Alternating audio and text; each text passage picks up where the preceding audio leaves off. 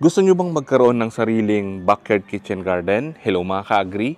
Ngayon ibabahagi po namin sa inyo yung 5 simple tips na sa tingin po namin makakatulong para maging guide kung paano nyo po sisimulan yung inyong sariling backyard kitchen garden. Coming up! Ang tawag po namin dito ay backyard kitchen garden kasi yung mga na-harvest po namin dito diretso na sa kusina. Yung concept po na pinopromote namin dito ay yung garden to kitchen concept. So yung mga gusto namin kainin, gusto namin iluto, yun po yung tinatanim namin dito para hindi na po kami bibili sa palengke. Tip number 1 ay location. Ito po napaka-importante kasi dito natin malalaman kung gaano ba kalaki yung pwede natin pagtaniman, ano yung mga crops na pwede natin itanim. Kasi kung medyo maliit at wala kayong lupa, so medyo limited yung pwede natin itanim, pero kaya nyo pa rin po magpatubo ng mga gulay. Ito po yung mga factors na kailangan natin i-consider sa pagpili po ng location na paglalagyan natin ng ating garden. Una, yung sunlight. Kailangan po nasisikatan ng araw yung inyong pagtataniman. Kasi kung malilim po yan, hindi magandang taniman. Hindi maganda yung pagtubo ng ating mga tanim. Alamin natin kung nasisikatan ba siya ng araw sa umaga, sa tanghali at sa hapon. Napaka-importante po niyan. Kung medyo limited yung area ninyo at napapalibutan kayo ng mga building, ng pader, so kailangan po as much as possible makakuha yung ating mga tanim ng at least 6 hours na sunlight. Mas maganda po kung umaga yung sunlight na makukuha po nila. Dito sa aking backyard garden, medyo malilim din kasi merong bodega, may malaking building sa harap, may pader pa dito sa gilid. So medyo challenging sa pagtatanim dito sa area na to. Pero dahil po alam ko kung saan tumatama yung sunlight, kaya na-maximize ko po yung space na ito. Pagdating kasi ng January and February, hindi po ako nakakapagtanim dito sa area na to dahil malilim. Kasi po dito lumalabas yung araw. So hindi siya nasisikatan ng araw. Pero pagdating ng March hanggang December, may sunlight na po na nakakapasok dito sa aking garden. Kung wala po tayong area na lupa, pwede pa rin tayong magtanim kahit semento yung inyong bakuran. Pwede tayong magtanim sa mga container, sa mga paso, sa mga recycled na plastic bottle. Pwede po yan. Pwede natin isabit sa inyong mga pader as long as nasisikatan siya ng araw. Then, isa pa sa napaka-importante na i-consider natin sa pagpili ng location ay yung baha. Lalo na po kung yung inyong pagtataniman ay sa lupa. Kasi pagka binabaha yung inyong area, madali pong masira yung inyong mga crops. Ayaw na ayaw po nilang nabababad yung kanilang ugat kasi dyan po nagsisimula yung pagkabulok, yung tinatawag nating root rot. So as much as possible, piliin nyo yung area na mataas. Pero kung no choice kayo, tulad po dito sa aming backyard kitchen garden, ito lang yung space na available, tapos mababa siya. So pwede natin gawin, pwede nyo i-raise bed, pataasin nyo po yung lupa na pagtataniman, or gagawan nyo po siya ng kanal para hindi makapasok yung tubig na galing po doon sa mga alulod ng bubong. Kasi usually, dyan po galing yung volume ng tubig. So, gagawan nyo po ng kanal para i-redirect at hindi po mapunta doon sa inyong pataniman. Tip number 2 ay yung crops. Ito po choice na natin kung ano ba yung gusto natin itanim. Kung gusto nyo kumain or magluto ng mga ganitong klase ng gulay, yan po yung itatanim natin. And kailangan po tandaan natin kung anong klaseng seeds yung itatanim natin para alam natin kung pwede natin siya makuha ng pantanim o ng similya. Kung open-pollinated yan, yung mga tinanim natin, pwede natin siya kunan ng mga seeds. So, papahinugin lang natin yung bunga kung patapos na yung kanyang season. Pero kung yung tinanim nyo po ay hybrid, yung may nakalagay na F1 sa packaging niya, hindi po natin makukunan niya ng similya kasi mag-iiba na po yung itsura pagka tinanim natin yung mga seeds na yan. Pwedeng hindi na magbunga, pwedeng magbunga pa rin, pero maliliit na, iba na yung lasa, iba na yung itsura. So, hindi na po siya tulad dun sa original. So, mas maganda kung makakapili kayo or makakapagtanim kayo ng open-pollinated para hindi na po kayo bibili. So, tulad dito sa aking garden, itong mga cherry tomato, yan po ay open-pollinated. Yung iba po dyan, tumutubo na lang dahil nalalaglag yung mga bunga. So, mula noon, hindi na po ako bumibili ng mga seeds ng cherry, dyan na po mismo ako kumukuha ng mga pantanim. Tip number 3 ay planning. So iplano natin, isulat po ninyo sa papel kung ano yung mga crops na itatanim natin. So dito po kailangan natin i-consider yung lilim na maipoproduce ng isang crops. Tulad po dito.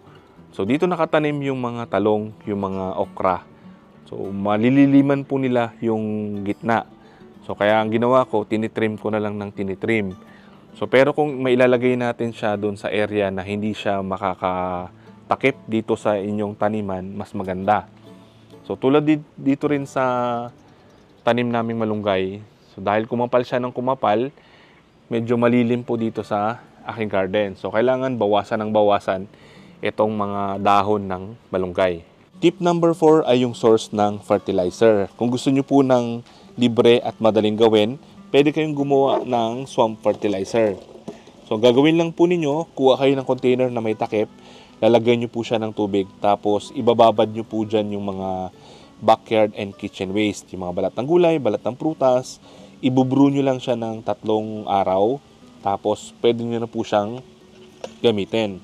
So ipapagdilig lang po natin ito sa ating mga garden. Ito po medyo maamoy, mabaho po siya kung hindi po natin siya magagamit.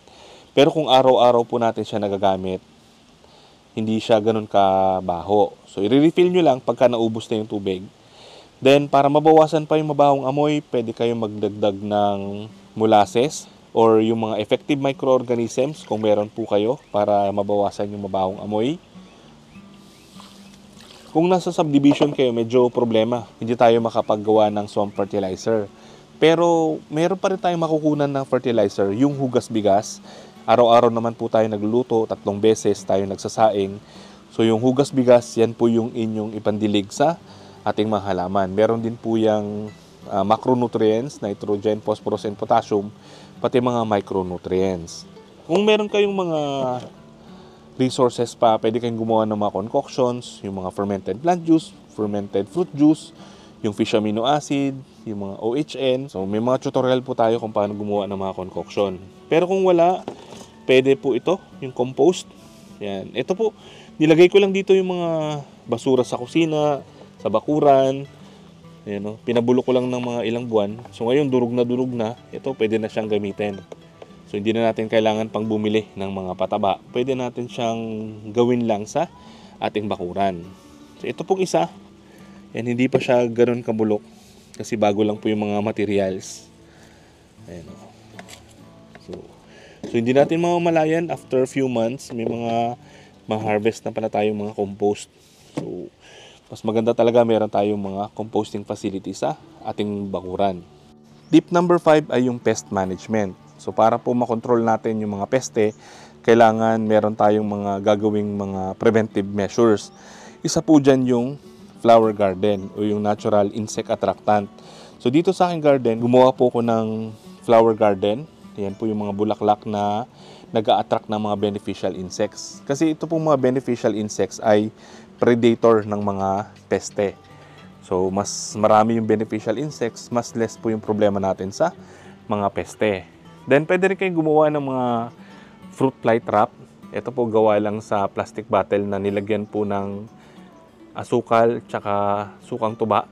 Tapos, naglagay din ako dyan ng mga hinog na gulay, hinog na prutas para ma-attract niya yung mga peste.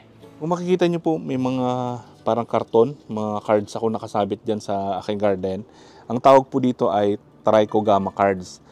Ito po ay galing sa DA, sa opisina po ng Crop Protection Laboratory. Nakahingi po tayo ng Trichogama. So ginagawa po nitong Trichogama, ito po yung mga insekto na super liliit. So binigyan po tayo nila ng mga itlog, sinasabit po yan sa garden. Pagka napisa po yung mga Trichogama eggs, ang gagawin po nila, maghahanap din sila ng itlog na pag-i-injection na nila ng kanilang itlog. So pupuntahan nila yung mga itlog ng aphids, ng mga borers. So i-injection na nila yon ng sarili ng itlog para mabugok yung mga itlog na yon. Tapos pagpisa, Trichogama na.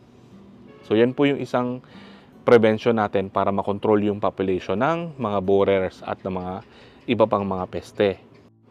So ang buhay po ng mga trichogama ay 2 weeks lang. Kaya recommended, linggo-linggo tayo nagsasabit ng mga tricho cards. So kailangan 3 weeks after po natin magtanim, kailangan mag-apply na tayo ng trichogama para maunahan niya yung mga borers. Kasi kung marami ng borers dyan sa ating garden, saka kayo nag-apply nito ng mga trichogama, late na. Kasi ang tinatarget ng trichogama, yung itlog. Paano kung may mga adult na dun sa inyong garden? So, hintayin pa nila na magkaroon ng itlog sa kanila maaatake, no? So, sayang. Kumbaga, naunahan sila. So, para mas effective itong trichogama, kailangan po mauna silang dumami sa inyong garden bago yung mga borers. Libre lang po yan. Pwede kayong mag-request sa DA, Crop Protection Laboratory. So, punta lang po kayo doon. Dito sa amin meron sa Palawan. So, pwede kayong humingi sa kanilang opisina. So, wala nang natira. So, ibig sabihin, nagpisa na yung mga trichogama. Kumalat na sila dito sa ating mga tanim. So, kailangan maglagay naman tayo ng panibagong batch para tuloy-tuloy yung pagdami ng trichogama.